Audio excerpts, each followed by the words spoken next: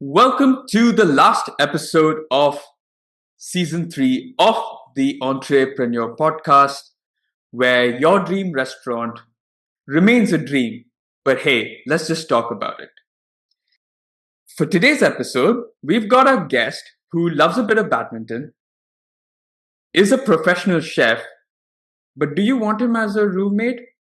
Well, I've had him as a roommate in a hotel, and you don't want him if he's stealing all of your chocolates and sweets. Wow. Yeah. I have a sweet tooth. What am I going to say?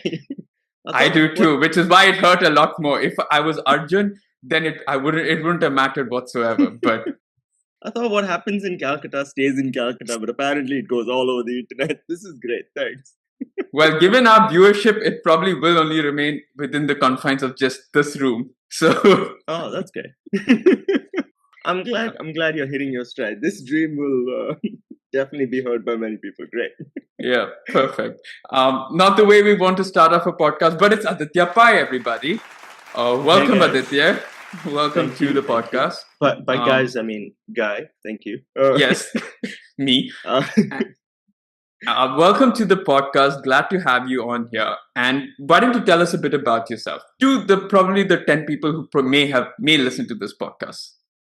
Excellent. I'm also going to share it with a couple of my friends, so maybe Yes. we'll make it 12. Like, let's hope it's 12. And Oh, I was including them in the 10, but sure, go ahead. wow.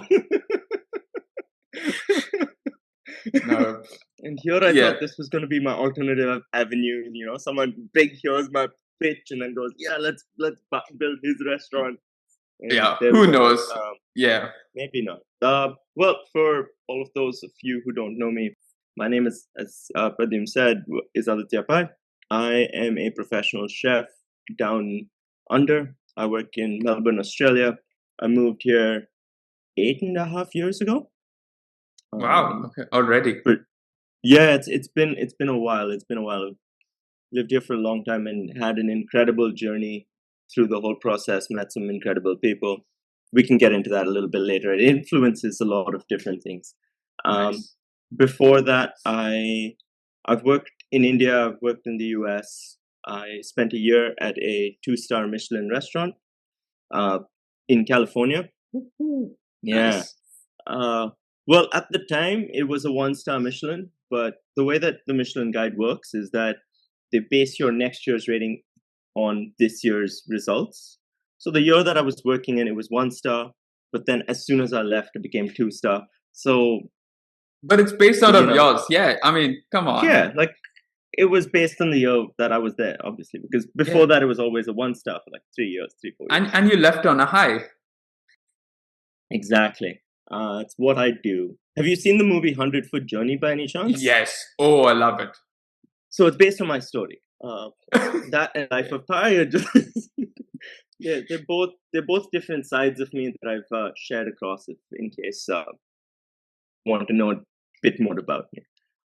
But on a more serious note, I'm from Bangalore. I was born, brought up there, studied in Vidyaniketan, Go BNS. B-Town representatives. Yeah. Yeah. Have I gone back to that school after that? Not really, but Who does? show some school spirit, I guess. After that, I studied in Jain College. I studied my culinary program. I started my culinary program in Aurangabad, part of the Nice. Taj school, where I met your cousin Arjun. He was a bratty little boy that had to whip into shape, but it's all good. Yeah. He's got someone Look at the else to man do he that is. now. Yeah. No, he's got someone else to do that. You hand over the reins at marriage, right? It makes sense. Correct. I want to ask you, what started it? Like, what made you go and pursue the culinary arts? Great question. Thank you for asking. It was my family. It was pretty Okay. much my family. When growing up, we weren't allowed. My mom's set the hard rule: no TV at the dinner table. So in our house, there was no TV, no phones. This was before like everyone had a cell phone as well. Yeah. So we had the landline, but no phones, no TV. everyone got together at the dinner table and we would eat. Nice. And it was a great way for everyone to catch up. The only person allowed to use the phone was my dad, but that was because he's a doctor, so it was an emergency. Okay. And it was like that's the only like exception to the rule. But Doctor, the patient is dying. I'm at dinner. Yeah, can't afford to do that. That's not how that works. They apparently take an oath to protect or save humanity. Yeah, it is. Yeah. So that led up to me realizing very early on how important food is to people's emotions and how you can brighten someone's day by just having a good meal. Yeah. So it works like, and it was a personal thing for me where it was a reward system, right? You did well in your studies, you got good grade, we'll go out for a meal. You scored really high scores, chicken today for dinner. Wow, what a treat, like those kind of things. Oh, let's get some ice cream. Did your mom also say, come here, Aditya, come here? Hey, I mean, we do love dogs, and I wish in my house, like, dogs are treated as next level, so I really wish I was treated like that. But no, it was I know. I wish I was a dog in this lifetime. Or the dog that my neighbor's dog, the kind of pampering that she gets is next level. I'm also glad that you're not, because it would be really hard to have this like podcast with a with a dog. I don't think you contribute much. No. But I would get the likes, and I'd get a huge wide audience. That is true. You would definitely hit a higher subscriber count being a dog. So yeah. It's a trade-off. Exactly. It'd be a monologue from your end, but you just see like everybody's eyes would just be on me. As you can tell by now, I'm happy to talk. So yeah, exactly. I could just keep doing that, and yeah.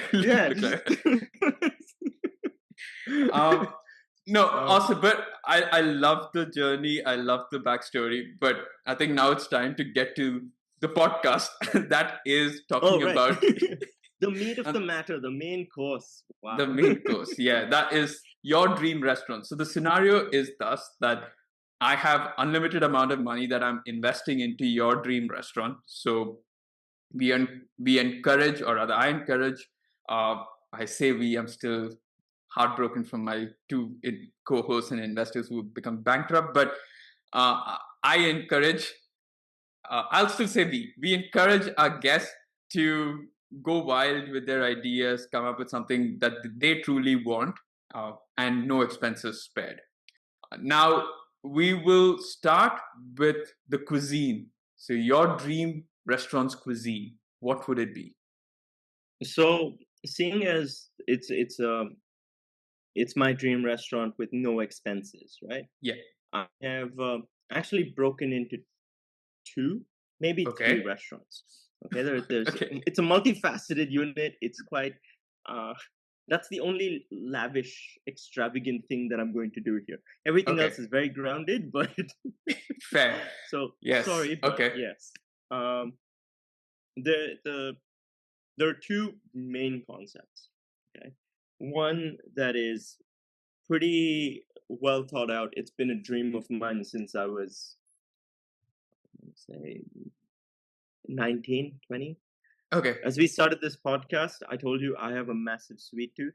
Yes. So I wanted to open up a dessert bar.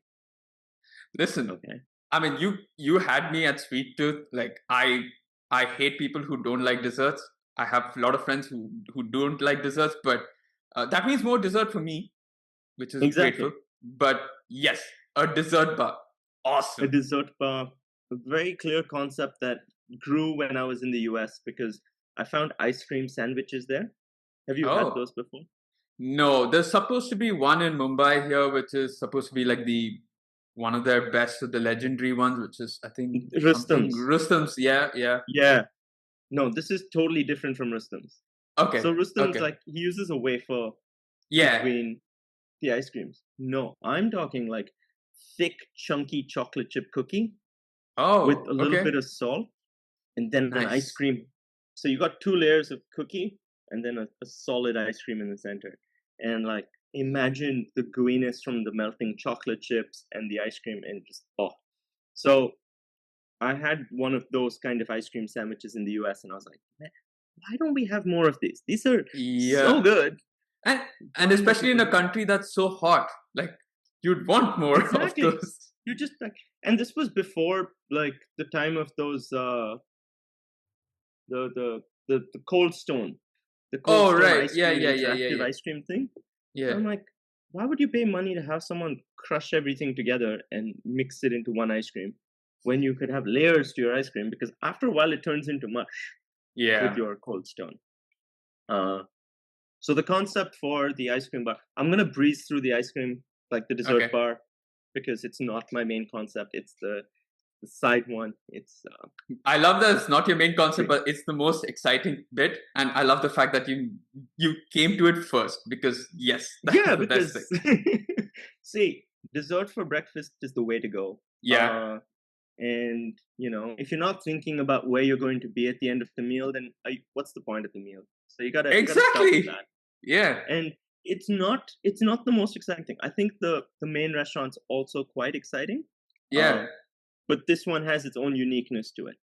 So I'll let's tell start you with that whatever you come up with will still not be as great as the dessert bar for me. Let's keep it at that. I would. my expectations. Hey, it's just me. You'll still have a visitor, but he's just probably stuck in that one place. Great. Yeah. So the concept of this dessert bar, and this was again when I say I'm 18, so the name was like, it's beautiful, but it's also so immature. It's called Ice Cream Pies. It's a take on my surname. It's got ice cream, and it's spelled I mean, I'm glad that Pies. the ice is there because the other two words would have caused a lot of stir. Well, yes.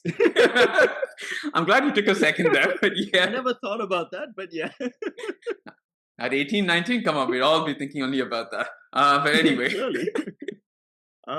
So Ice Cream Pie is the dessert bar, and when you walk in, the concept's very similar to what you'd have at like a Chipotle or a Tex-Mex or Guzmani Gomez over here, where you basically pick your wrap or your rice and that kind of thing. Then you have your fillings, and then you add a side or something like that, right? Like those are the basic concepts.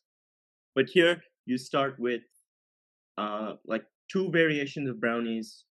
You've got either cookies, you've got pies, like general slice of pie. You've got cakes, you've got muffins, you've got all of these freshly baked, really good, delicious things that can be either warmed up or served cold. Then you have 8 different ice creams to play around with. You've got 3 standards. So you've got like your vanilla, chocolate, and butterscotch, and then 1 seasonal fruit. Yeah. So those will be your standards.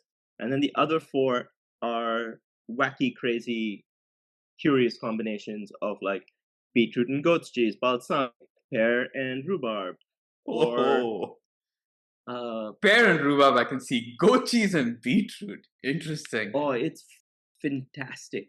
No, I love the combination in dessert. No, as an ice cream, yeah, it is unbelievable. Oh. I've had it before.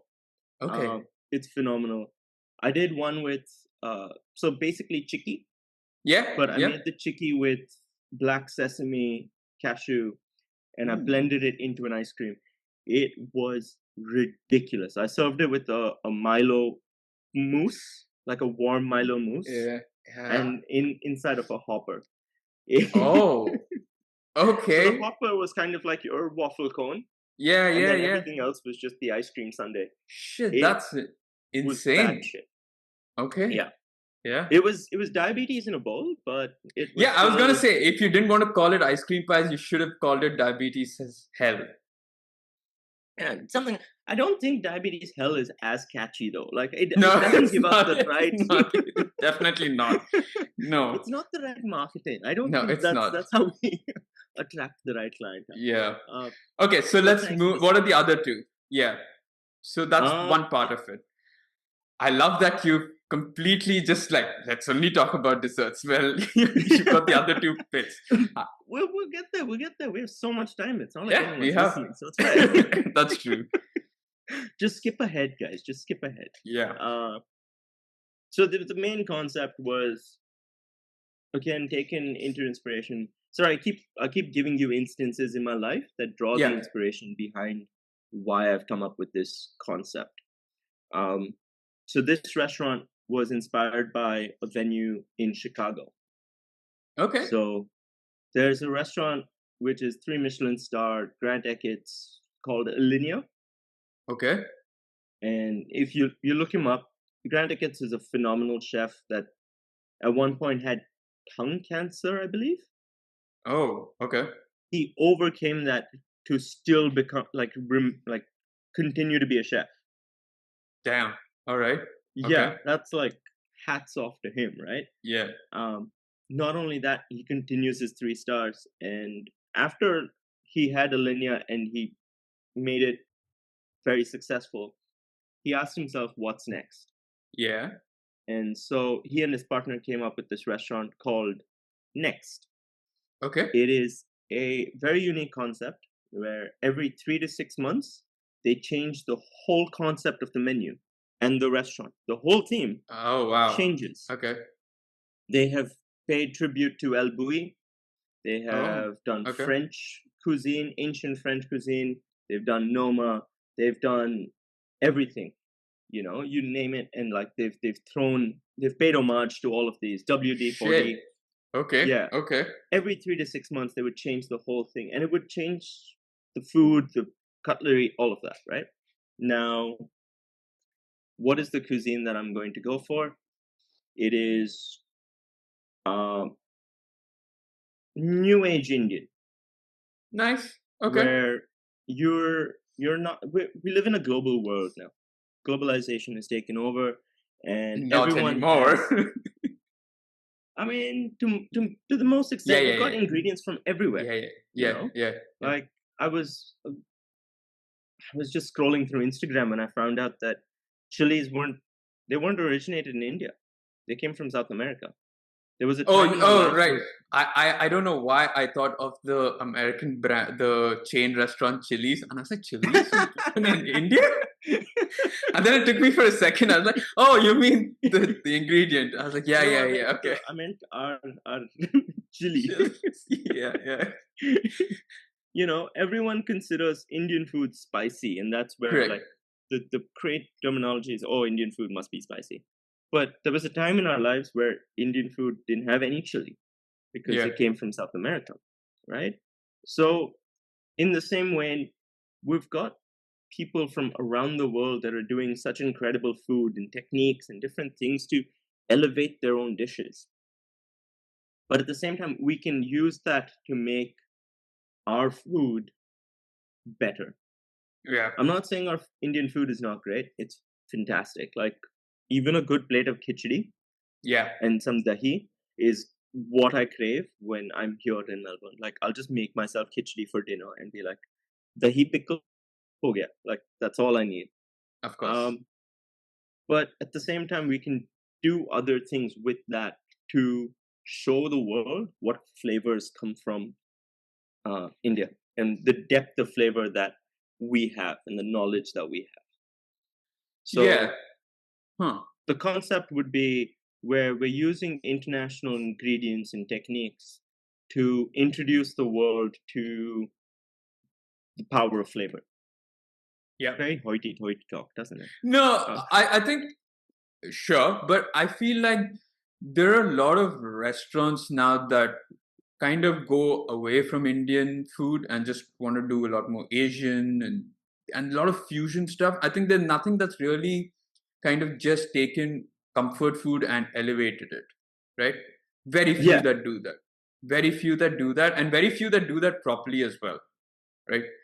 So the thing that I believe in is not playing off nostalgia. Yeah. So if I present a dish to you, so the basic concept of all of my dishes will be, if I present the dish to you, it's not going to look like the dish that you think of. So if I say this is khichdi and all of that, you're not going to see a bowl of khichdi with dahi and pickle. But when you bite into it, that's when somewhere in the back of yeah, your mind, you're going to be like, wait, I've had this before. yeah. I can recognize this. What is this? This is so familiar. It's that And then you'll scene be from like, Ratatouille all over again. yeah, something like that. We've got plenty of Um, mice as well to cook. yeah, that's the way I do it in Australia. So if we move on to location, labor cost Yeah, is extremely hard and heavy. So I'm gonna hire mice. It's gonna yeah. be much cheaper. I heard Remy's on the market now, so might as well. Oh God, please don't tell China. Wow. Now, all right. So, okay. I love the cuisine. I think that makes sense. I really like the fact that someone's doing what a lot of people don't really do. I think people, especially from India, just like, I've had enough of Indian food. I want to try something different and let's just do something different. I like the fact that you want to elevate what we've probably been having and said, okay, let me Yeah, show you to be a lot better than what uh, you're and probably having on a daily basis. to me, it's not just let me show you what's better. I'm not taking um because Indians are very particular about their food.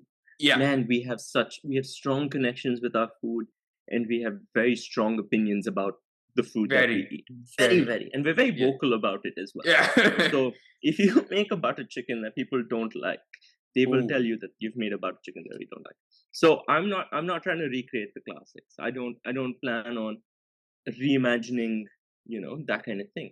But I'll give you an example of something that I tried, which absolutely blew my mind, and mm-hmm. I wanted to turn it into some kind of snack. Okay. So khakra, very Yeah. simple khakra. I had it here with this really soft dill goat cheese Okay. and taramat salata. Yeah. So The Greek tarama dip. is Yeah. whipped cod roe, but I'm pretty sure if Gujus heard that I was eating their khakra with cod roe, they might get a little offended. But Yeah. when you have the texture, the complexity in the kakra, the different flavors that are there, they complement the creaminess of the goat's cheese and the fishiness of the cod roast so well that it just elevates the whole thing. People obviously know of pita bread and like that kind of thing when you're having all of these Yeah. dips, but something else. It's an Yeah. option out there. So that's where I'm going for. Like to Okay. take dishes that people are used to eating Yeah. and changing it just a little bit or presenting it in a way that's just slightly different. So you're not sure of where it lies. And you won't be like, this is butter chicken or Yeah. this is this. Because then you will shit on it heavily. Of course. Yeah. Yeah. This is butter chicken. Huh? This is why we don't send our kids abroad. Like they lose all their sense of what it is. Yeah, pretty much. Yeah. It is. It is that. All right. Now we get to the location of your restaurant. So you could have your restaurant in any part of any part of the world, any location. So where in the world would you love to set up your dream restaurant? So there are two spots. Okay. It's either here in Melbourne. Yeah. I love the food scene here, but at the same time, it's very saturated. So I was about to ask. Yeah. I'm going to desaturate the market because it is Okay. my dream restaurant. So I'm gonna turn back time and like, take away Yeah. all of the rubbish, Yeah. and Yeah. then my restaurant stands strong. Or else I would look at either Adelaide or Brisbane.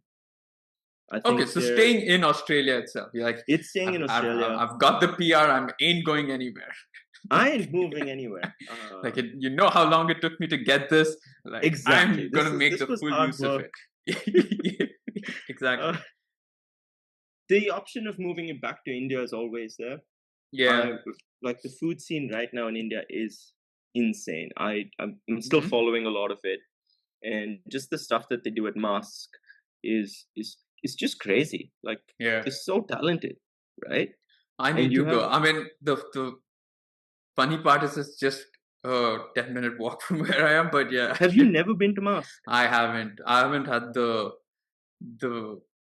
finances, nor the time to go and eat. But I should. Yeah. Okay, you can't use finance as an excuse when you're backing my restaurant. This is Yeah. Because I'm backing your restaurant, I can't afford to have it. I can't afford to spend it on myself. So, but I will. I should actually. But yeah. No, they're doing some. So Hriday is the head som. Okay. He is so talented. He's won a couple of awards recently, and I have to name drop him. I know no one's ever going to listen to this, but I just owe it to him. I've worked with him prior to him joining Mask. Okay. The most humble, down to earth, genuine guy with a love for food, like a genuine love for making memories and Nice. making people happy, and will go out of his way to do it. And man, he does such a great job at Mask. And the team at Mask itself, the food is phenomenal. But like, shout out to Hriday. But yeah, so Indian food, it's going great. But I don't know if I personally want to be there. Like, getting things done in India is very different from getting things done everywhere else in the world. And I'm not sure if I remember how to get things done in India. I'll require a lot of help with that. Yeah. Well, we've got the finances for that. But Adelaide and Brisbane, okay, those are interesting choices. Why those two? Because they're both upcoming. Yeah. They're both growing markets. The Adelaide especially, the general population is very old. Mm-hmm. But give it a couple of years, that's going to change completely. The dynamics, the demographics will change, because you know what happens to old people. Yes, I was about to say. I was like, let's not get too dark here. Yeah. So with the demographics changing, people will move there. Yeah. And you'll have a lot more of an influx of general, open-minded internationals. Okay, yeah. Not just Australians, but internationals, people who've traveled the world and want good food. So there is an opportunity to get something there and build it up. Nice. And, build some kind of, because if I'm going to open 2 restaurants, I might open 3, who knows, right? So you want to start small and then build. And if you're going to do that, you're going to need to find a space where the market is still quite open for it. So that's why Adelaide, Brisbane has great weather, the food, and like the quality of ingredients and produce in Queensland, tremendous. Okay. So it's very easy to make fresh food taste good when the ingredients are fresh and you know what's in season, and you can keep building it off that. Yeah. So those are the 2 reasons why I would choose the 2 locations. Yeah. Okay. Yeah. Now you mentioned you've worked in a couple of Michelin stars. You've worked at a couple of hack restaurants. Yeah. Good food. Weird to say, isn't it? Yeah. So, how do I term it? It's like, it's hatted restaurants. Yes. Hatted restaurants. And of course, you've also got a lot more with the Sri Lankan joint. I'm guessing it's a little more casual.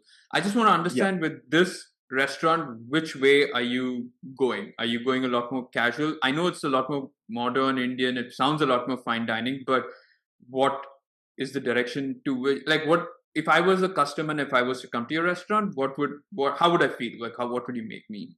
What would I experience? Great. Thank you for asking once again.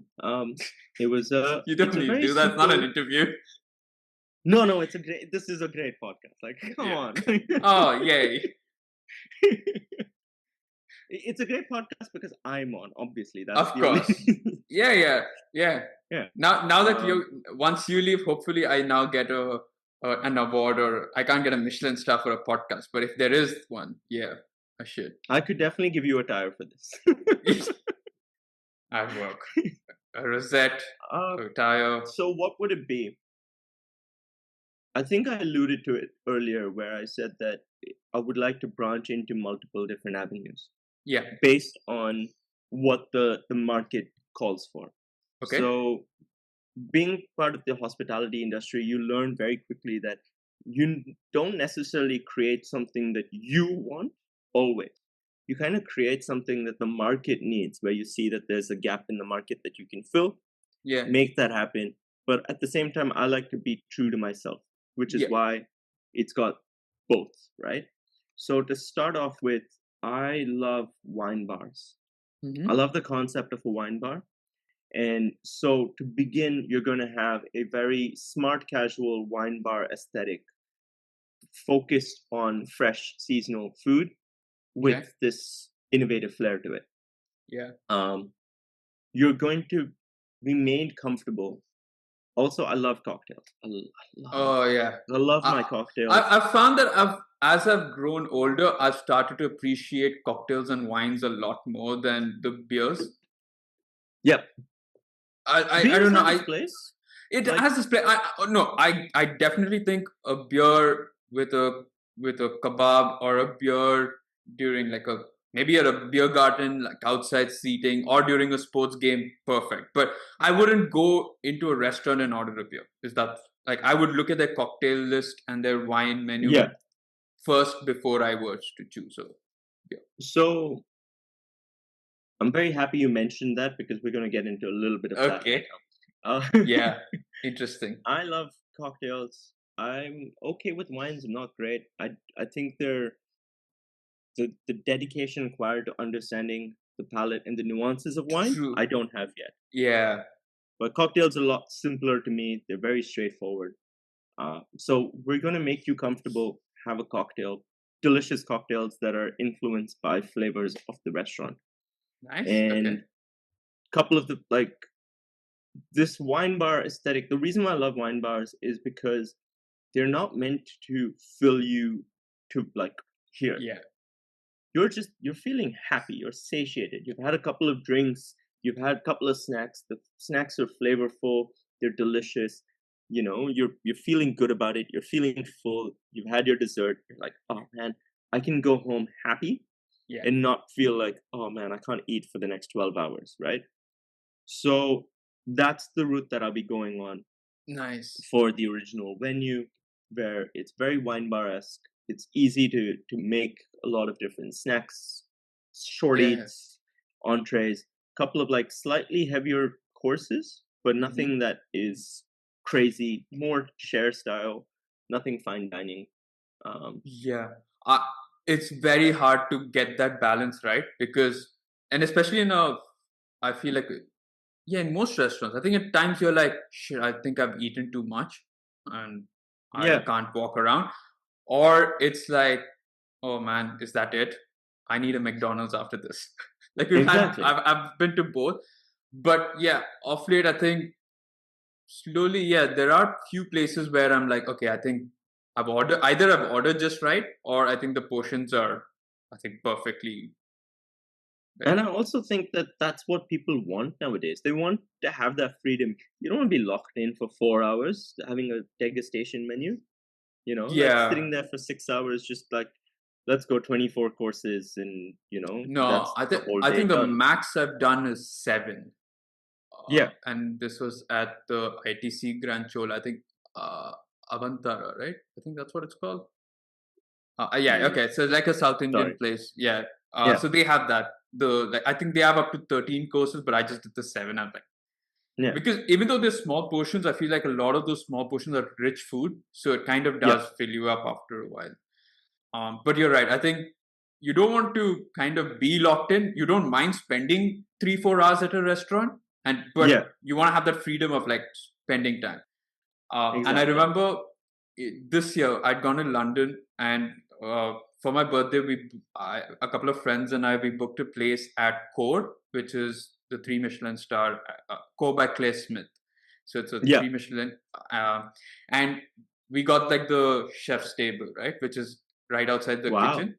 Yeah. So I'd asked them. I said I was going all that way, and I booked it in like weeks in advance, because a couple of days before my birthday, I was like, I want to have it. So I found it on their menu that, oh, you can book the chef's table. I was like, oh, great. Okay. So I wrote to them, it's like, how much is it going to cost me, right, for booking that?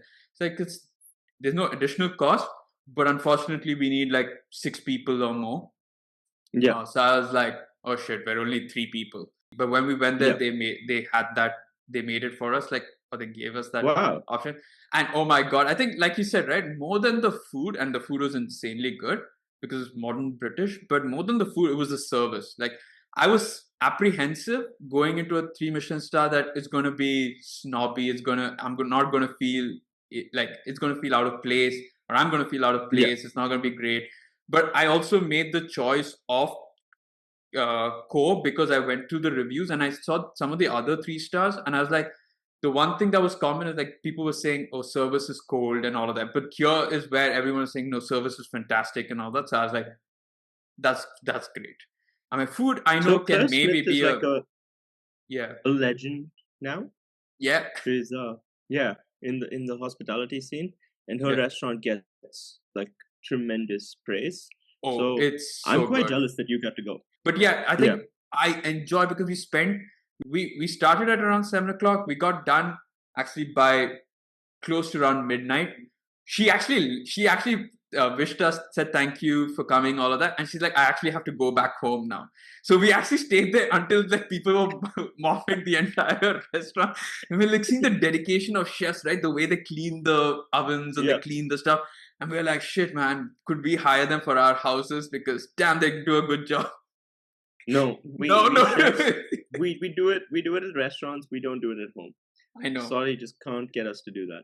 No, I know, but no, it was an insane experience. But like I said, right? We spent like 4 5 hours just sitting there talking. Nobody rushed us away. Nobody said no, we have to close or whatever. So it was really really nice, and I think that's the kind of atmosphere that every restaurant should have. Yeah, so that's basically the concept that I'm going for, where it's a lot more casual, because at a certain point, I also know that people tend to, like, there are so many other influencing factors that you don't realize that make you get up and move from one venue from to the next. Yeah, It could be the lighting, it could be the sound, it's the seating, the choice yeah, of seating that you guys have can either get you to be like, oh, we're very comfortable, I can sit here for 6 hours, or 2 hours is the max limit because my butt's starting to hurt. It's not uncomfortable, it's yeah. just comfortable enough to keep you there for a certain amount of time, and then you'd be like, okay, we've got to go. Like, this was great, but I think it's time we move on. And Yeah. so it's a lot of those kind of things that I would put in place to get people to stay for as long as I would like them to, without having those, suggestions of like, hey guys, so how are you doing? Because we need the table back. Yeah, yeah, Can we yeah, wrap yeah, this up now? yeah. So it's that kind of thing that I would look into. But, the whole concept would be very wine bar-esque and very smart casual. Okay, and that kind of perfectly segues to this next topic, and that's your design, the interiors of the restaurant. So, talk me through how you envision both the main restaurant and the dessert parlor to kind of, or the dessert bar to kind of look like.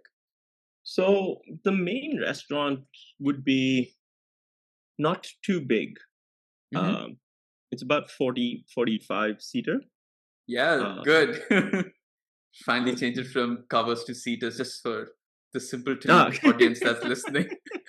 no, it's always a 45 seater venue, but with Yeah, these many covers. That's the way that it works. Those are the terminologies. I don't make the rules. um, sure. yeah, but it'll be like 40 to 45 seats, uh, mainly because I would like it to be small and intimate.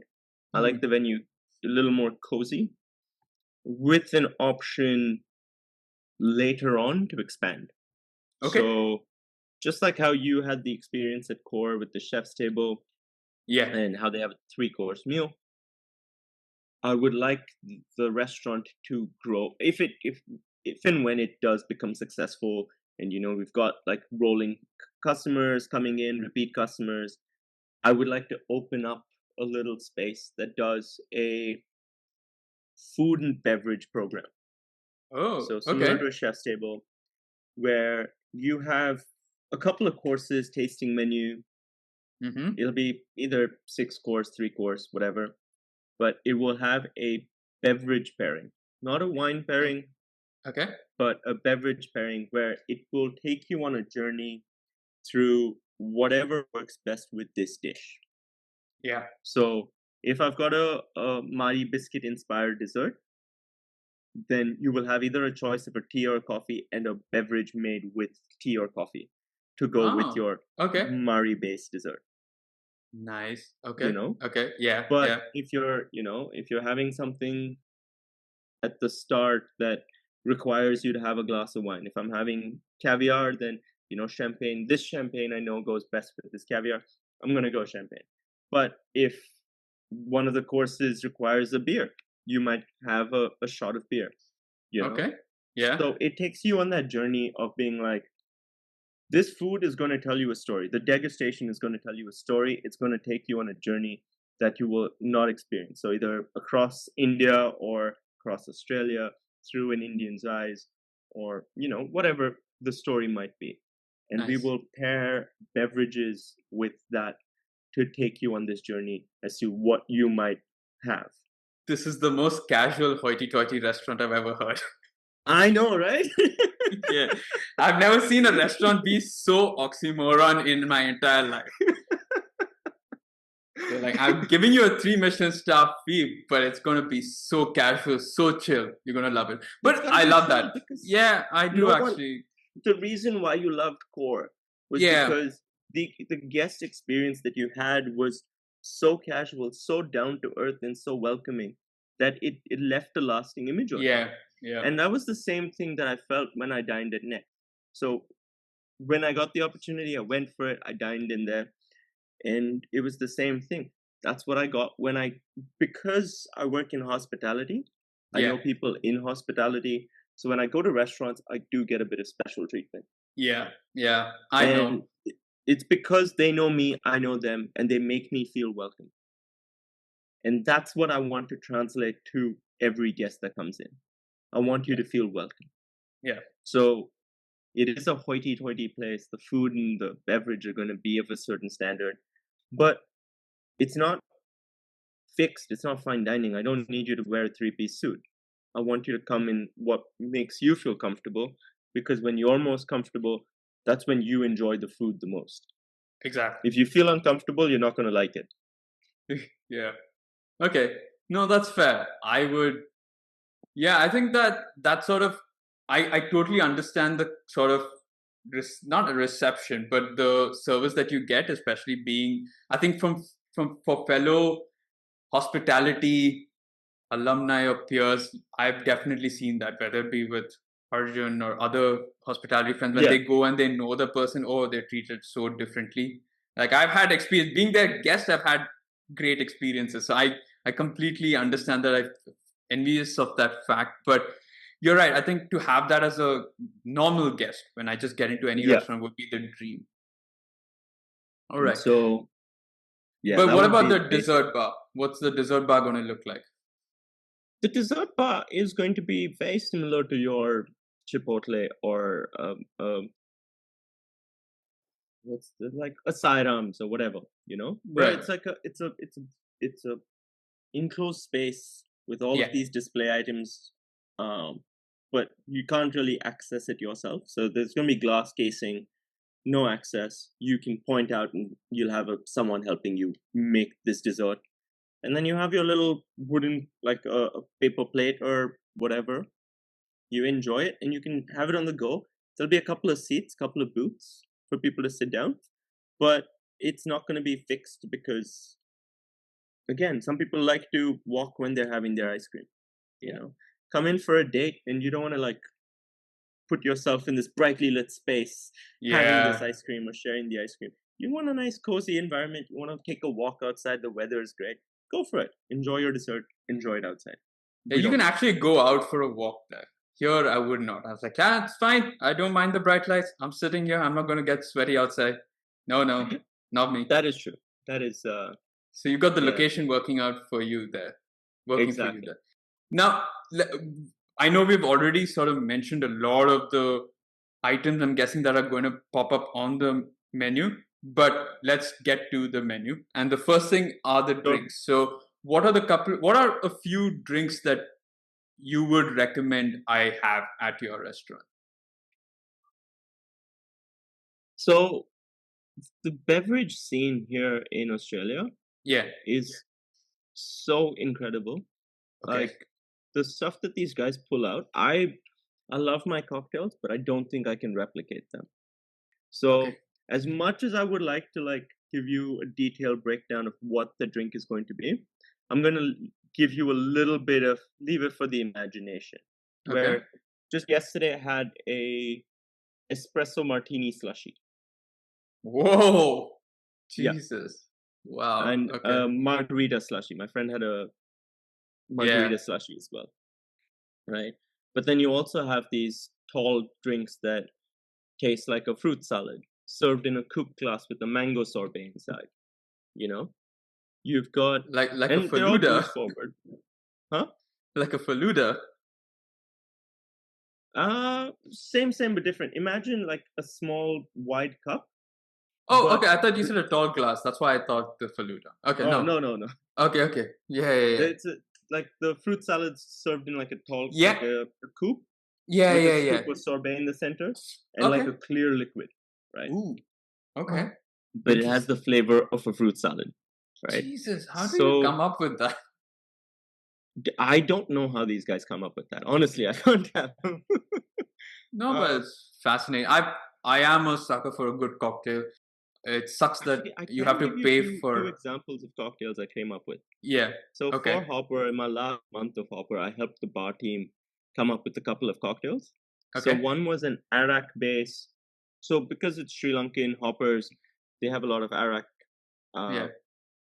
We did a arak based two arak based cocktails. One was a watermelon slushy with a little bit of Okay. mint. Okay. Perfect for summertime. So it's just Perfect. blended Yeah. watermelon, couple of pieces of mint, arak, and the watermelon's frozen. Yeah. So you don't need any dilution. There needs to be nothing. You just season it, share into a glass, serve it. Might do a couple of drops of rose water Okay. just to add a little depth to it.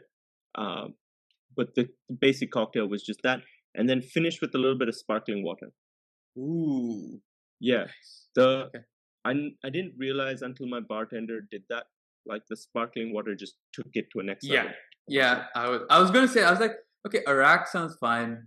Like the watermelon, frozen watermelon is nice. The mint, but it almost feels like you've just taken a mocktail and just added a bit of Arak. But the sparkling water, I'm sure, adds a whole new. Yeah. Almost like a. I won't say a mimosa, but it's not that. Is it? Not a mimosa. Kind of. No. That's It's orange juice. Yeah, it's a slushy. Yeah. It's a slushy. And the other one that I came up with was a peach and arak cocktail. So we grilled peaches. Yeah. So peach and bourbon are pretty good combination. People have the cocktail everywhere. So I took the same thing and instead of bourbon, I swapped it with arak. Served it straight up. Served it on the rocks. Very easy. Very light, summery drink. A little bit of lemon to add depth to it, but yeah, acidity. And it was great. Like such well balanced, delicious cocktails.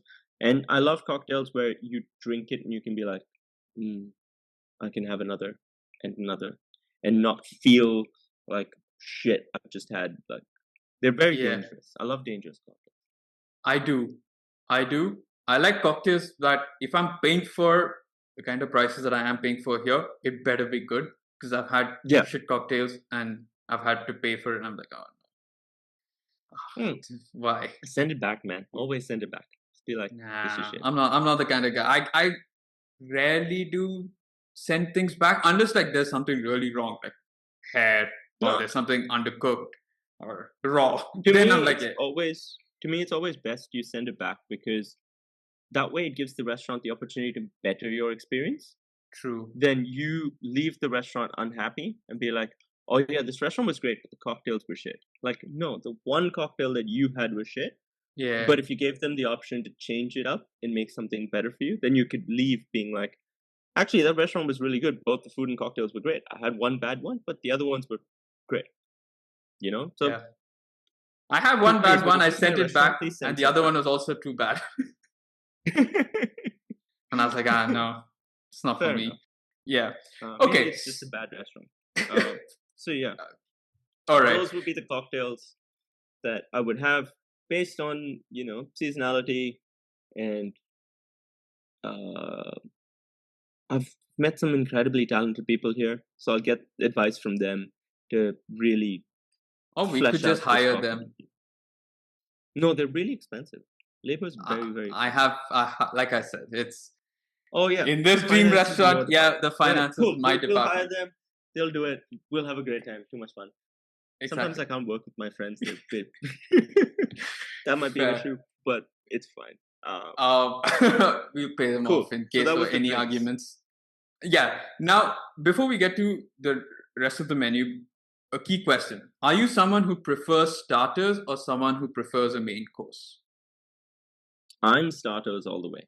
Yes. Finally, I've had a lot of people just sit on the fence. I'm finally glad that we've had someone who's just like, nah, starters for me. Starters for me because a lot of the main courses are very protein based. Okay.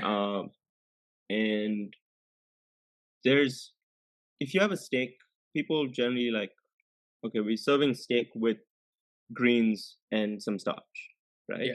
Or just greens and a sauce. Yeah. And there's so much that you can, because I know what those greens taste like. I know what those greens are going to taste like. I know what that protein is going to taste like. I know what that green is going to taste like. The sauce might differ. Okay. And if you take the same protein, so let's say you have steak, you can have a sirloin grilled really nice, carved up, sitting on some chard or whatever. There's a sauce, great. But if you take the same steak and you grill it and you cut it up smaller, grill it nicely, turn it into a snack, you can add 15 different more flavors to it as a snack. As a bite-sized snack, it can have depth of flavor. You can do many other things, all of that. So like, would I go steak tartare over a 200 piece of steak, like 200 gram steak? Quite possibly. Because again, growing up in India, I'm not comfortable eating 200 grams of steak. Yeah. Like it. Well, I eat for the fear of being lynched. No, not at all. I'm too far away. Remember, the tires don't get here. Yeah. No, it's just that my body doesn't do well with that much protein, like straight up protein. Okay. Yeah. I like a good amount of vegetables with my main course. So, you can have like pork tonkatsu, and I can't finish the whole thing because it's deep fried pork. It's delicious, but it's such a big piece of meat that's deep fried, and the pork is fatty, and the deep fried is fatty, and then you've got other stuff that's fatty, and it's served with rice, and I'm like, it's heavy. Like, please give me that cabbage that's on the side. Fair. Okay. So it's a lot of that pushes me more towards the starters, and again, starters are easier to share a lot of times. And are you someone who's okay to share? Are you okay to share food with people, or you're like, nah, this is mine, I ordered it, it's no? Nah, it's a share based, community based, everything share based. Okay. The wine bar-esque mains are all going to be share based. They're not going to be individual fine plated kind of thing. Like, nah, can't do that. What's the point of going to a place and like if you're there with someone, sharing the meal engages and like enhances that experience. I guess so. There's a belief in the industry, and maybe I misheard it, or that's how my brain processed it. You serve odd number of pieces for a table of two. Yeah. Because if you serve even, then there's an even split. The dish is done, it goes away.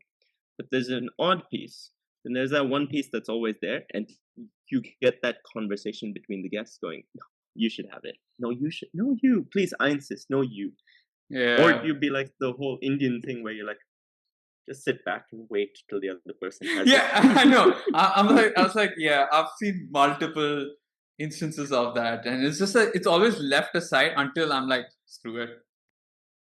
And it gives the restaurant an opportunity to touch the table.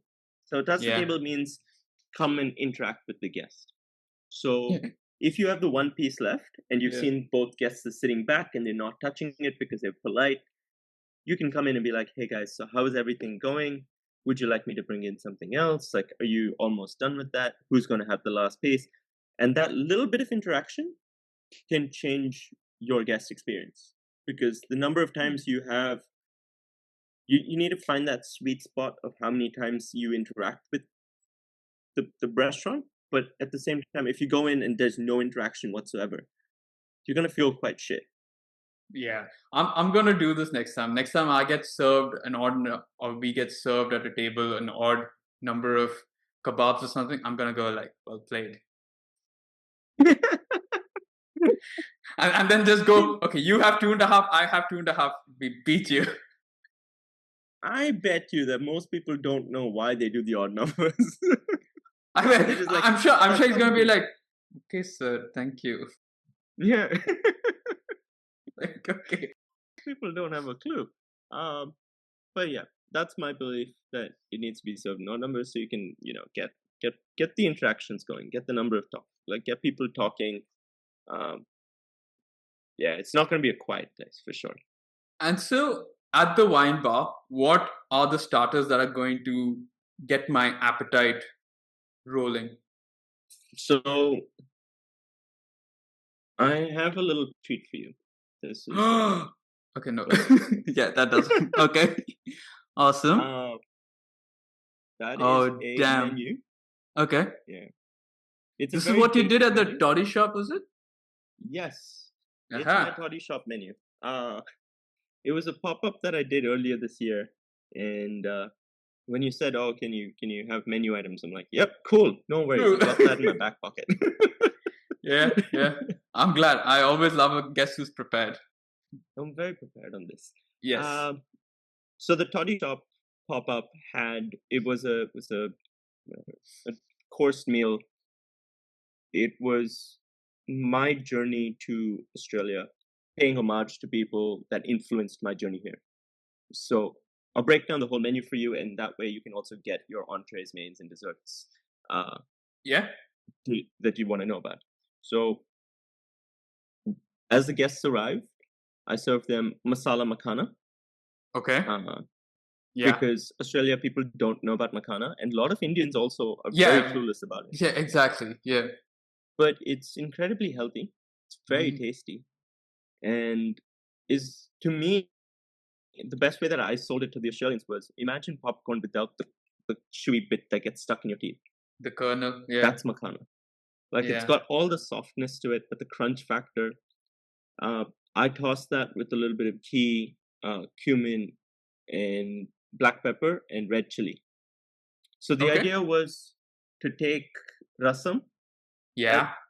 I had originally made a trial batch of rasam powder.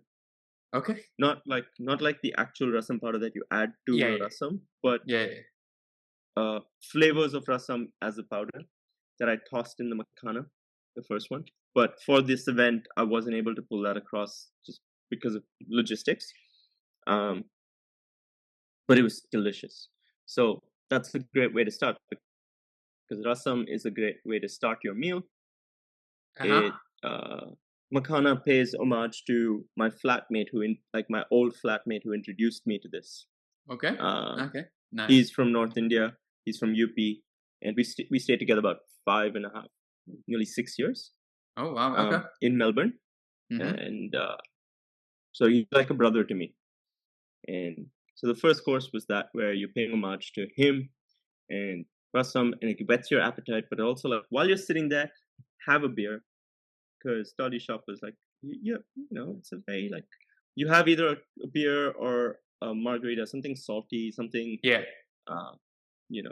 really not very rich but very refreshing. So that was the first, as you sat down. Then as your entree, I served lamb dosai. So it's a take on the set dosa. Okay. Which was, you know Adigas, right? Yeah. Yeah. So after college, I would go to Adigas and have something to eat before I got home. And my favorite was set dosa, because you had three round dosas, fluffy, soft, delicious. Yes. And it would come with unlimited sagu and chutney. That was the crux. So I would finish the sagu and the chutney with 1.5 dosa, and then I would go back for seconds. Yeah. And then finish the rest with that. You're budgeting as a student, right? Yeah. No, I completely am on the train. I think I love a set dosa. I think one of the perfect breakfast items. Yeah, More but filling than a normal dosa or a ghee roast. But I would like a set uttapam, to be honest. I think a lot more flavors in there. But yeah. the reason why I chose a set dosa is because of everything that I'm putting on top of it. Yeah, So, in your restaurant, yeah, fine. For my breakfast, I like a set uttapam. But yes. fair enough. No, I think on top, if you're going to do a lamb on top of uttapam, that's a bit too much also. Yeah. Yeah. I made a mint mayo. So Oh, like a okay. mint chutney, but in a Yeah. mayo form. Mm-hmm. It was pulled lamb that was made like a lamb curry, like a very rustic lamb curry. Pulled lamb on top, bundi and some pickled onion. Ooh, Um, okay. yeah, Yeah. it just, man, it hit all the right spots. It was so good. Uh, I'm generally not this braggy about my food, but that one was like the sham. I'm Um, intrigued by how the mayo went with the dosa. it just adds creaminess. It adds, imagine mint Yeah. chutney, but mint chutney can be very watery. So it's so, like, it turns everything into, Yeah. like, turns everything wet, right? And mushy. But mayo has that consistency where it doesn't melt away. So it just added creaminess to this dish. The dosa was fluffy, filling, Yeah. creaminess from the mayo. It had chili, it had coriander, a little bit of chatpataness. Then the bundi added crunch and a bit of texture, and the Yeah. onion added acidity. So Yep. that way is very, I think, a very well-rounded dish. Um, Perfect. Okay. so Interesting. that would go again with your beer, your Uh-huh. margarita, Of with course. whatever Yeah. else. You could have a martini. I don't care. So that was the first course. For the vegetarians, I did a fried enoki mushroom.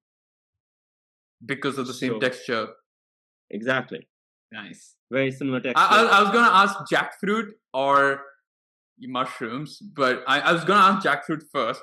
But yeah, enoki mushrooms. Yeah, makes sense. Now, everyone associates like that pulled texture with jackfruit, and it's done so often that I wanted to move away. And if you Fair. Yeah. fry enokis just right, then it adds texture, it adds crunch, it has that stringy nature that you want. So Yeah.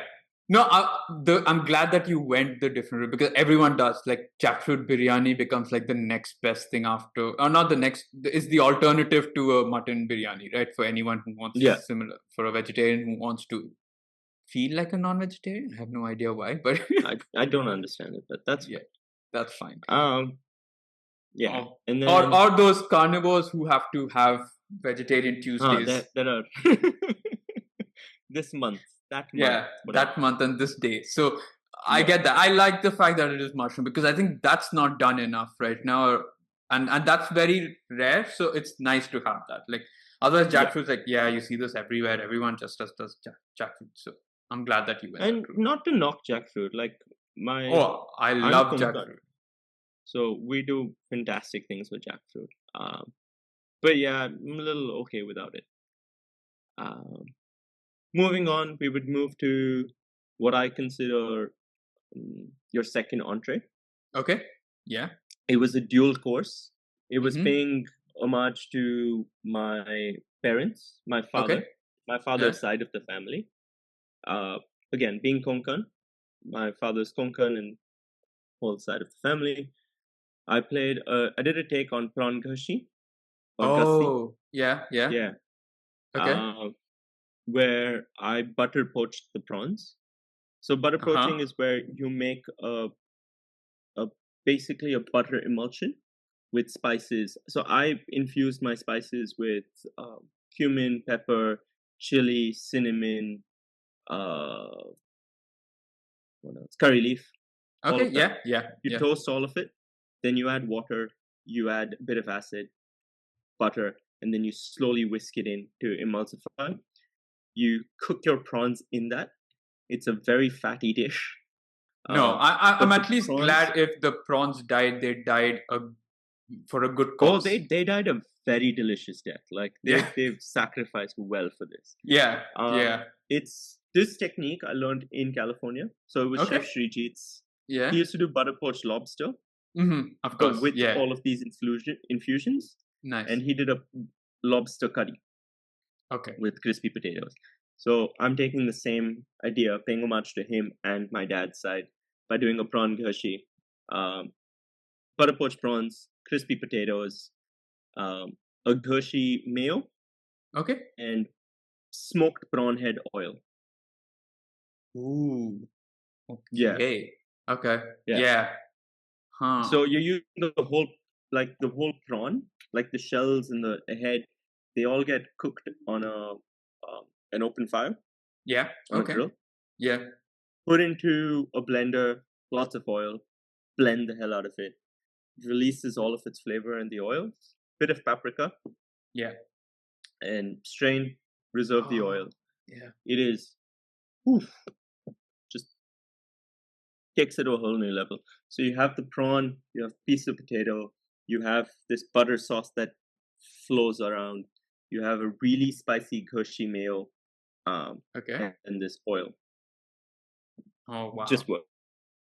And it got paired with another dish, which is my version of a beetroot salad. It Okay. was the same ghershi mayo, but turned into a sauce, a Okay. dressing.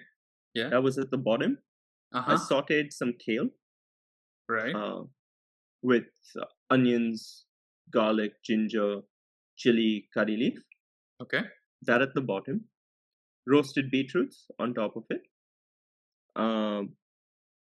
Toasted papadum Okay. to add a Right. bit of crunch. Yeah. And then some fried kale on top. Oh, okay. Okay. Huh. I was waiting for a So cheese, but yeah, okay. it Oh, just a was beetroot salad, beetroot kale salad. beetroot kale salad, but I wanted to show that the ghershi is not just a curry, but Yeah. the flavors can be served as like when you eat this prawn dish, Yeah. it looks like a prawn dish. When you eat it, it eats like a prawn dish. But somewhere in the back of your head, you're going, man, I recognize this. This is Yeah. familiar from somewhere. And the beetroot salad was the same thing, where people assume that, oh, it can only be this way, but there's so much level to it. Hmm. Curries need to be a certain way. No, this tastes like a curry, but is a salad. Damn. Okay. You know? Okay. Yeah. Yeah. I told you, it's the most casual hoity-toity place you can be. Yeah. No, but the salad's unique because when you said beetroot salad, I was like, beetroot feta, I think, or beetroot goat cheese are the usual salads, right? That Yeah. one normally gets. But this is interesting. This makes me excited for a salad, which I haven't said in a long time. And trust me, kale works so well because when you saute it, Yeah. nice, like just right, it adds so much texture, but also adds a little bit of mouth feel, I think, which is important. Like it Okay. gives that, it's similar to what the goat's cheese and the cream cheese and all of that, like the feta does, but it can add a little bit of that to it. The sauce Interesting. does the Okay. same. Yeah. It's got spice to it. The beetroot is sweet, so it offsets. You've got papad, which adds crunch, but Yeah. it also has that. It's the legit papad that Yeah. you get from Yeah. the store. I was gonna say Toasted. it reminds me of I know salads do the Parmesan crisp. Yeah, So this is the Indian version of that, right? this is the Indian version. Why are we doing Parmesan crisp? We do this. It's Yeah. good. Yeah. So that very simple salad, bit of fried curry leaf on top of Nice. both Yeah. the prawn and the thing. Add a bit of green, add a bit of much needed curry flavor. All So it's a right. great oomph Yeah. It's a lot of oomph. dish. Man, I had a late breakfast. It's too early for lunch. Yet I'm very, very hungry. I don't Oh, know. wait till the main course. Wait till the main course. Oh, this is not. Oh wow. No, Okay. this is the entree. Okay. For the vegetarian, I did a roast pumpkin. Okay. So like a Kent pumpkin roasted in place of the prawns. Okay. Okay. And All it was right. the same butter sauce on top, potatoes, and a chili oil. Ah. So the creaminess of the pumpkin, it complements the sweetness and the texture of the prawns. So to me, it was like a good substitute, but equivalent substitute, you know? Yeah. I don't want people like vegetarian. I have a lot of vegetarian friends. I don't want them to feel like, oh, we've got the secondary menu. No, Yeah. you've Yeah. got Yeah. your Yeah. menu.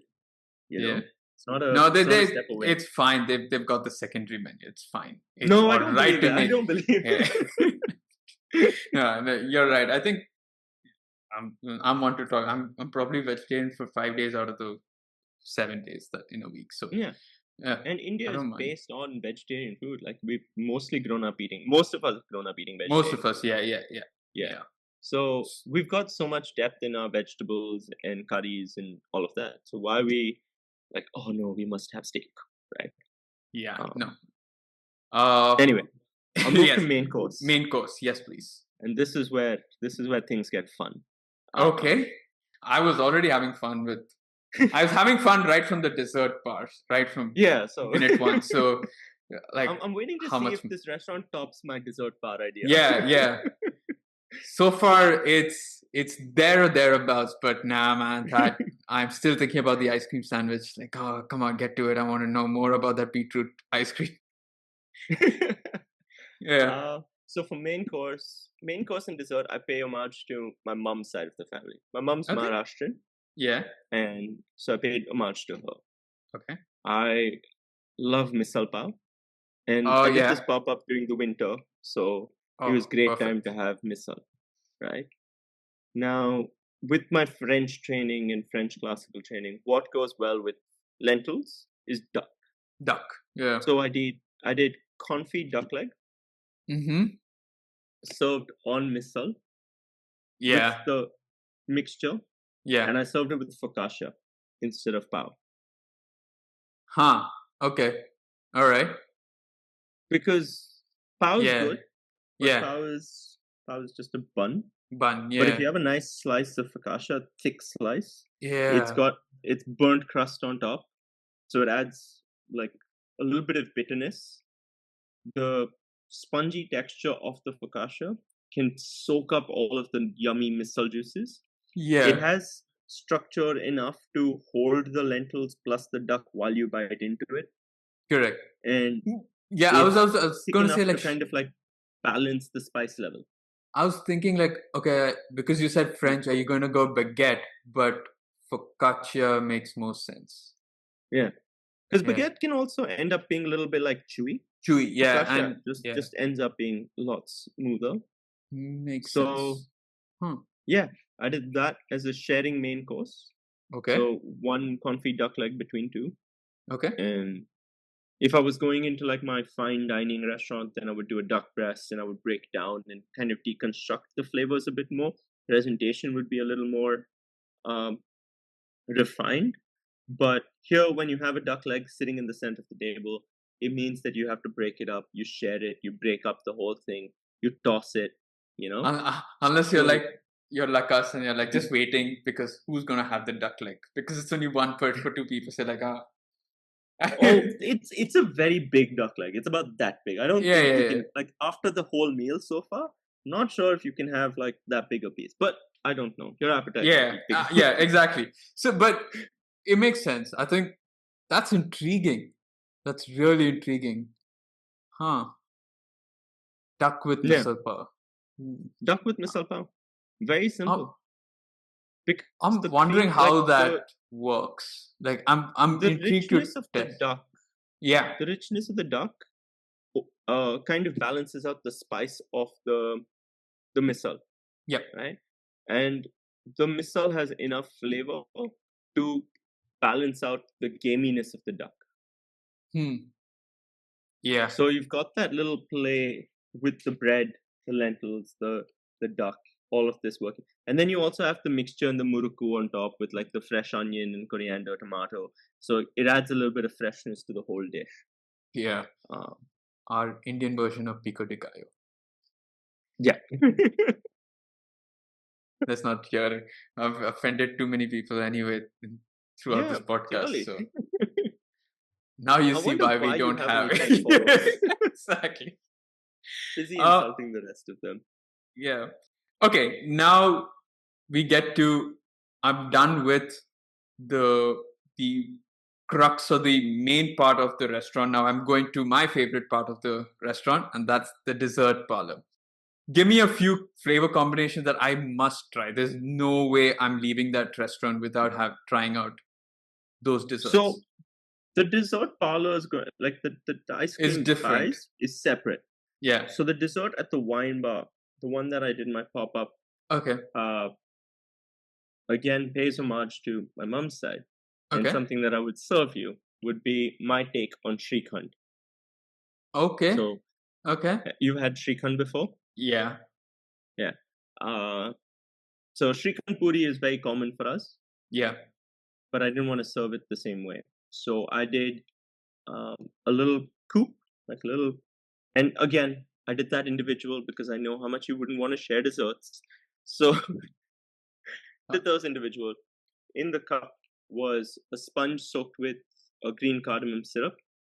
Okay. Yeah. I then have a saffron creme diplomat. A creme diplomat is basically custard with whipped cream folded through. So it's a lighter custard. Mm-hmm. That's piped on top. Okay. Followed by a rhubarb jam to add tartness. Yeah. Yeah. Fresh figs. And then a yogurt and green cardamom sorbet. Oh, okay. So I get it. So it's essentially like, the same sort of palette or same sort of flavors that you the were. Flavors of Shrikhand. Yeah. But presented in a way that doesn't look like Shrikhand.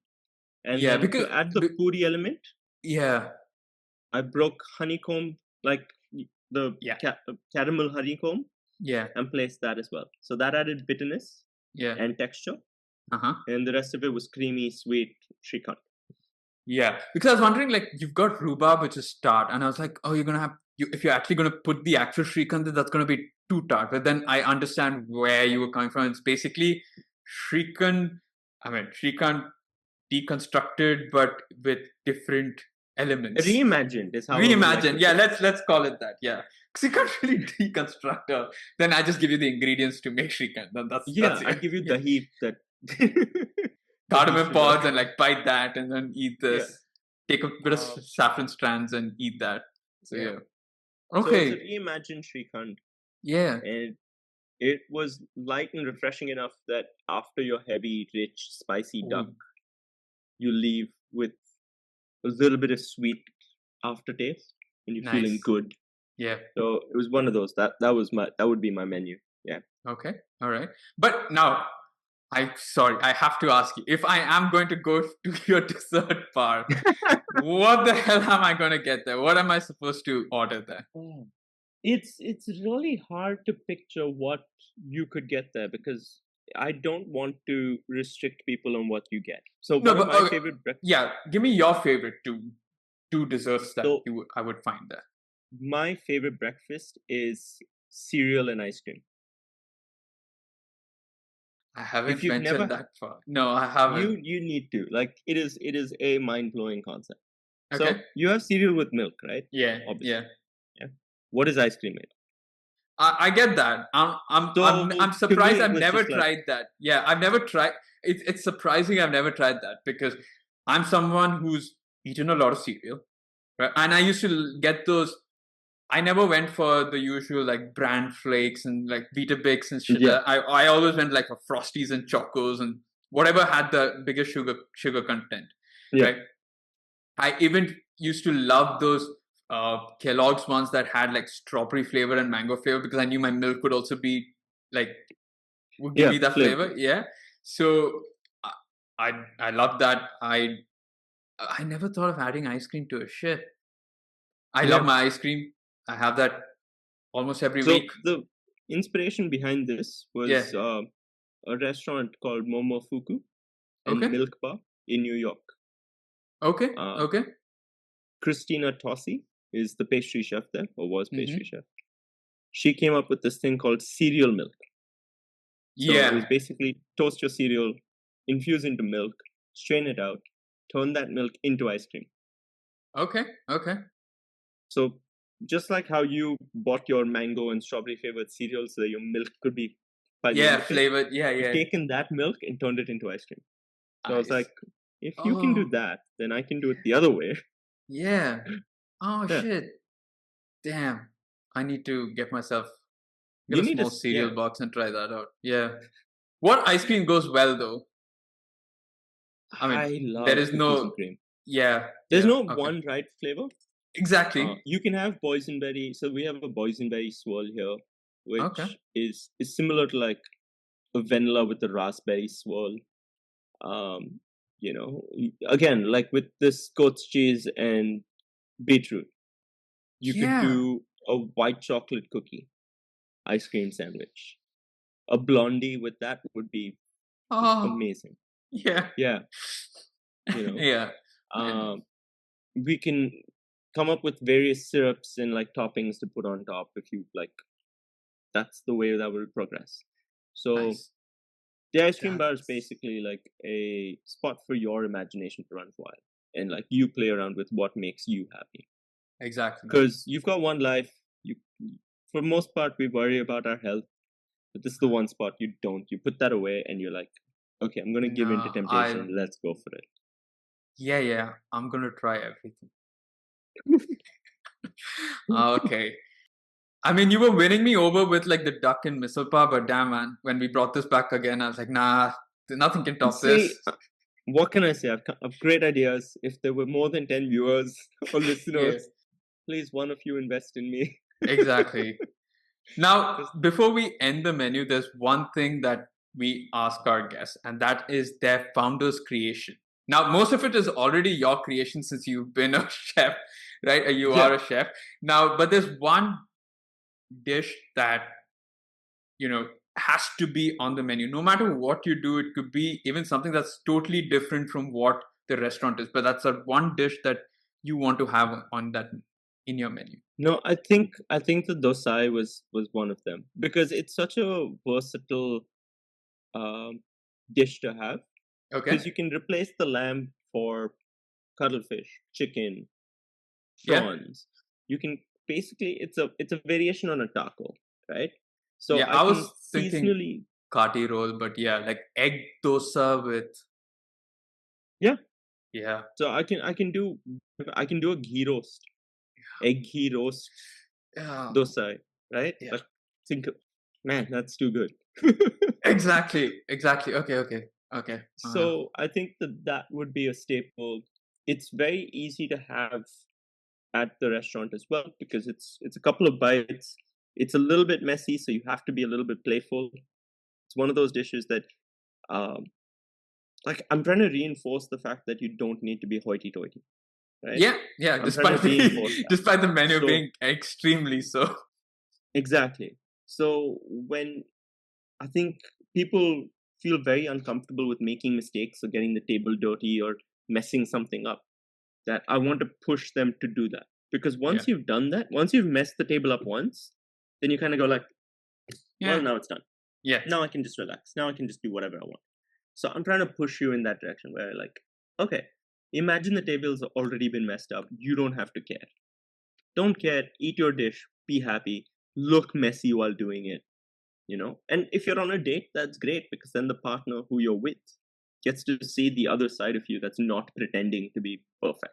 Or sees more You of know? you there. I was like, Yeah, pretty yeah. much. And decides then and there whether it's worth it or not. And if it's Yeah, an entree, that means your half an hour date could be over quick and you can spend your time doing other things. You exactly. know, Like going to the dessert bar and enjoying yourself. drowning your sorrows. You're right. Sure. Call it what you may. Yeah. Okay. I I like that. Now that we're done with the menu, we want to know who is going to be cooking all of these dishes. So who's your dream chef and who would your dream guest be at your restaurant? Well, seeing it as my venue, Yeah. I'll be cooking most of it. Okay. All right. Uh, Fair. it's either going to be me in the kitchen or in the front of house greeting guests and making sure that they're having a good time. Um, I Not that I don't trust people to do it. Like I'll have chefs cooking under me, but at the same time, being a part of the process is very important, Hmm. and it gives me joy knowing that I was part of the process to make people happy. And also, like you said, you've gone back to cooking, which, like you said, the journey of a chef is from being someone who cooks to becoming a manager, and you've gone back to cooking, which is something that you like. So why take that away from you? Exactly. Dream guest. Yeah. Ooh. Well, there are two options. I can go either very corny. Yeah. Or I can go. They're both genuine. Very corny or very like commercial. So if I'm going corny, I would say I'd love to have my parents. Okay. Visit and appreciate the venue. Like that would be a great opportunity, because if I'm paying tribute to them, then them enjoying exactly. Yeah, I was about to say. Yeah. But otherwise, dream guests, it would just be anyone. Like I want a full restaurant. I want it to be noisy. No fine. Kids. Very, very few kids. Just fucking no kids. Okay. Okay. I don't want kids running around. Yeah, fair. That's good enough. Apart from that, I want people to be enjoying themselves. I want conversation, be lively, and like a full venue, an intimate, lively space. Yeah, yeah. Huh. Okay. I think we'll take your parents as your dream guest. Please don't do that.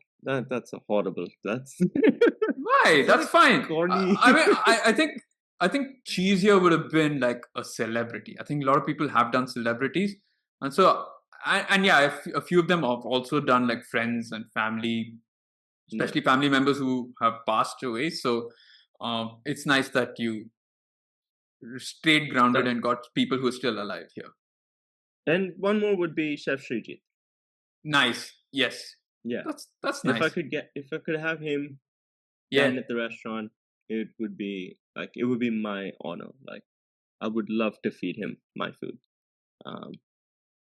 So yeah, he would, my parents, him, family, obviously. So yeah. Okay. Perfect. Now we come to the part of this podcast which has, I think, left a lot of people not confused for the fact that they can't understand what this is about, but just the fact that they've not been prepared about it. And that is the name of your restaurant. So we've heard the name of your dessert bar, which I totally love. What is the name of the main restaurant? I have two names. Okay. One is based on my younger, immature, childish self. Right.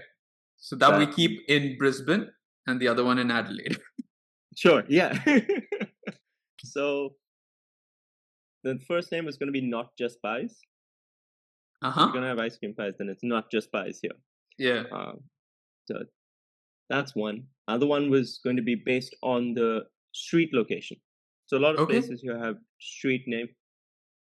You don't really name the restaurant, but you have the street name. So it was going to be 314 Wine Bar. Ooh, okay. Nice. Why 314? Do I need to ask? You can. It's the street number, like it's the plot number is 314. Okay. Yeah. Why that specific plot is because 3.14 is back. Wow. Wow. Shit, I should have seen that coming. But okay. Because the moment you said 314, you gave this really impish smile. Like, go on, ask me. Like I could have easily moved on from there and said, okay, 314, great, it's a street name. But I just saw that like look, and I was like, he wants me to ask it. He wants me to. There's something there. There's something that I need to ask here, and so it goes off the fact that for people in the know, like it's like a secret menu, people in the know will know that it's 314 because the owner is by, right? But people who don't know are just like, 314, 314 Wine Bar, let's go. So does that mean that you have to find that location? Because only then would it make sense for the others. Of course, if I have unlimited resources, then fine. I just need to know. I need to know that. So we have to buy out that plot and we need basically to find the location. Yeah, exactly. So 314 Adelaide somewhere. We get somewhere wherever there is 314. We get that. Yeah, 314 is easy. It's just a number. Exactly. Okay, perfect. Now, I guess now that we're done with everything there is to do with your menu, let's give a little recap to the people listening and watching us. If you're still there after all this time, thank you, first of all. But How yes, long is so this? Wow. it's nearly been a couple of hours. Oh, wow. Exactly. So this is going to be okay. You've got two ideas for your restaurant. One is going to be a dessert bar, right? That's going Yep. to be sort of your Chipotle style pick and mix dessert parlor where you get to Yep. create whatever you want to and make yourself The happy guest that gets to way. create. The Yeah. guest Yeah. gets to create it. Yeah. And then we've got the main restaurant, which is the most oxymoron restaurant we've ever come across. And that is because it's the most chilled out, hoity toity place where it's a wine bar. It gives you the comfort that you would have at any restaurant. It makes you feel like you're part of the hospitality group as well, Yep. right? Gives you that extra bit of service.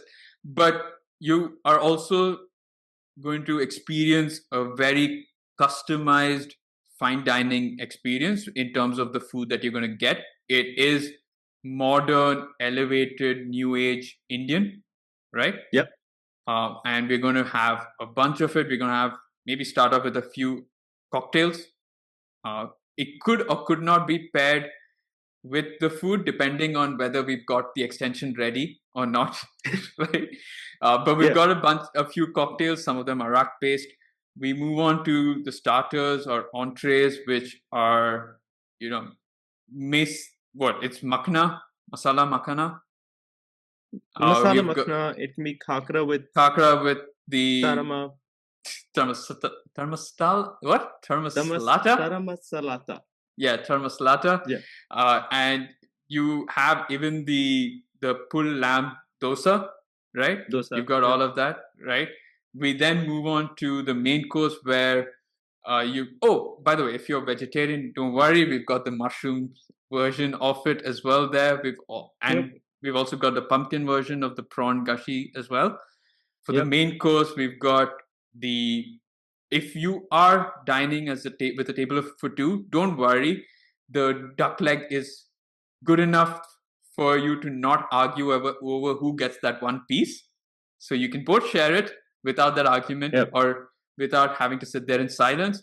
It's essentially confit duck on missile with focaccia bread, right? Yep. So it's India meets French meets Italy.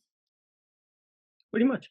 Yeah, which is great. I mean, I never thought those three could combine in whatever way, but I mean, politically wise, I think right now that's the best time to get that fusion in. So, fair enough. And to top it all off, we've got the dessert, which is basically a reimagined Shrikand. All of this is inspired by or basically all of them have been created by our dream chef, Aditya Pai, who has basically taken a lot of inspiration from his journey as a chef, a lot from his beginnings with his parents and the mentors that he's had. And if you ever visit the restaurant, you may just have the chance to meet his parents, who are going to be there basically either criticizing the fact that most likely criticizing. Yeah, I think that's what, right? Like Indian parents would be like, but I didn't make it like this. You should have added this spice as well. Yeah, this is kashi. I don't think so. This should have been something else. Also, portion sizes. Portion size is too small. What do you mean portion? Like, how are people going to be? These people are going to be hungry after this, Aditya. Like, where are they going to go? Yeah, how can we be making money out of this? But anyway, that's not for him to decide because I've got all the finances. And this is all going to be possible at 314. That's right. Right? 314 Wine Bar. Or it's going to be at It's Not Just Pies.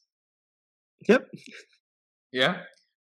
But of course, the dessert bar being ice cream pies. And if you're seeing a sort of trend that's there, well, You're just one of the 10 people who know what the meaning is behind all of them.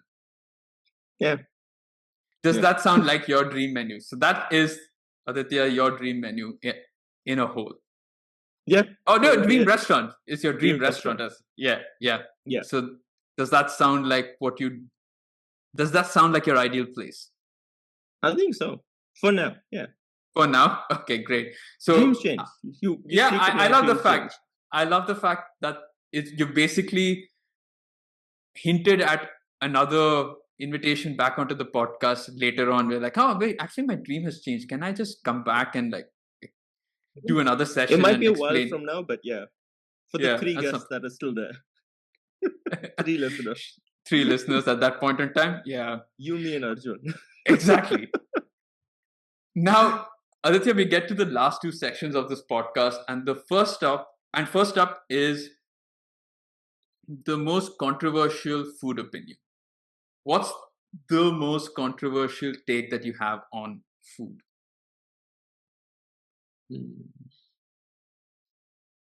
I don't tend to have too many controversial opinions. I mean, people find the opinions that I have controversial, but I personally don't consider them controversial because my thing is, you do you.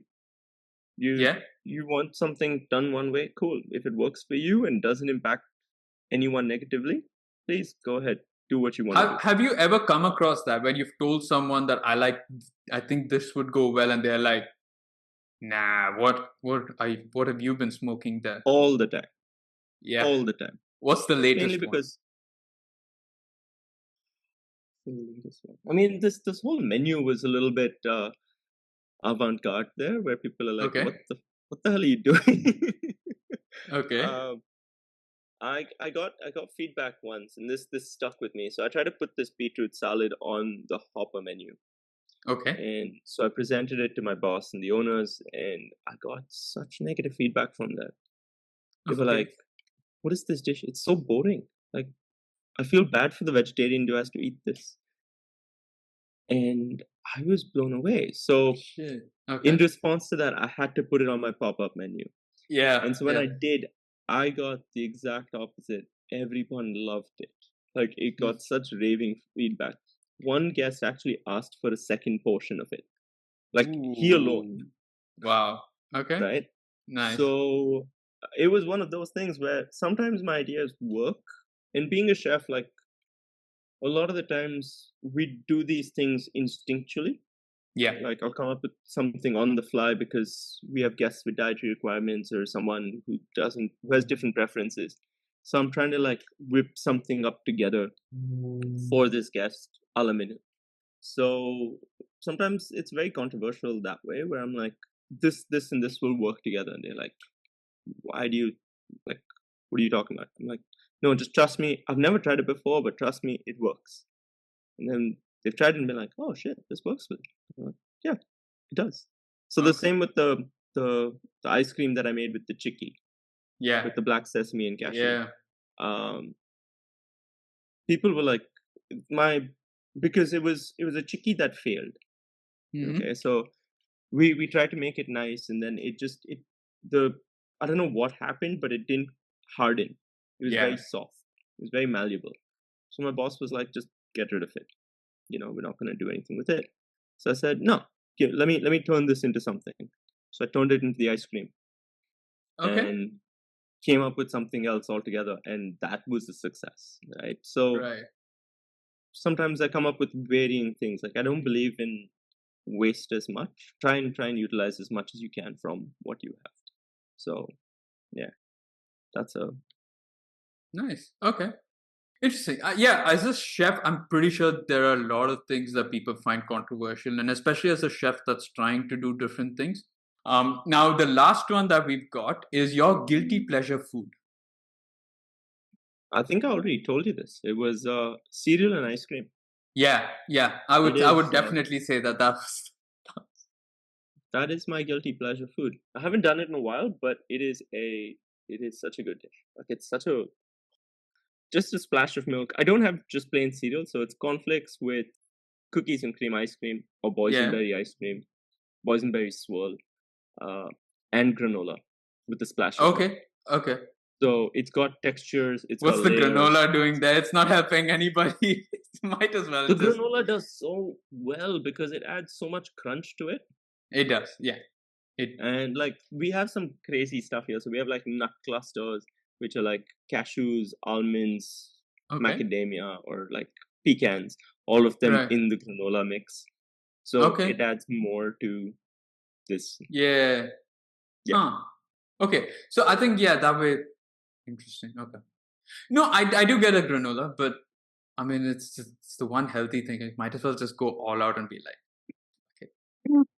Well, they haven't come up with some very well-balanced, all sugary cereal that has texture. Yeah. So once they come up with that, I'll stick to it. Stick to that, yeah. Yeah. Perfect. So, but that is guilty pleasure.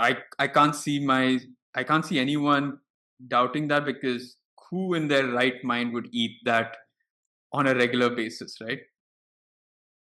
Yeah. in general, like that. Yeah, exactly. Like no sane person would be like, oh, you know what I feel like having today. No, I call you. I'll take that as a compliment if you do. So I would call you intriguing and curious. I wouldn't call you insane, and I think that's the best thing. Insane would be like having butter chicken gravy with cereal. No, I can't do that yet. Yeah. I can't imagine doing that. Yeah, even I can't. I was just saying that out loud, and I'm like, I don't think that works anyway. That would be just beyond insane. I wonder if I could do it in some way. Like if you have naan cereal, can you imagine? Like, yeah. You make mini naans. Like those. Rather than toasted. Yeah. Yeah, like baked nachos, like that would be naan, and then you just dip it into the. Yeah. Yeah. Because what is butter chicken gravy? It's just tomato salsa. It's makhni gravy. Yeah. Huh. But anyway, no, that's a good time before we go off the rails. That's a good time to call it a day for this podcast. Thank you, Aditya, for being a part and talking us through your dream restaurant. It was really, really fun. There were several times I had to kind of really tighten my stomach before it started making weird growling noises. And I don't think, luckily, I've got the mic that doesn't pick up on those sounds, because in some of these podcasts you could just hear it go rrr, rrr. So luckily for me, it's just about time for my lunch, so I'm gonna go. You have a good lunch. Yeah, it's gonna be aloo paratha. I want duck coffee. Hey, aloo paratha is delicious. I would love. Yeah, but I want coffee duck with miso. But no, I'm gonna enjoy it. But yeah, thanks. It was a real good discussion. Thank you. This was fun.